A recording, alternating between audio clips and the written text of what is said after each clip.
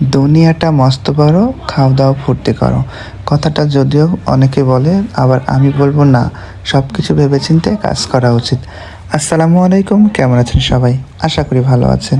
আসলে আমরা রেস্টুরেন্টে কিন্তু অনেকেই খাই, কিন্তু রেস্টুরেন্টে যে পরিমাণ বিল হয়, আমার মনে হয় সেই বিলের টাকা দিয়ে বাসায় যদি সুন্দরভাবে রান্না করে ডেকোরেশন করে খাওয়া যায়, তাহলে কিন্তু রেস্টুরেন্টের ফিলও পাওয়া যায়।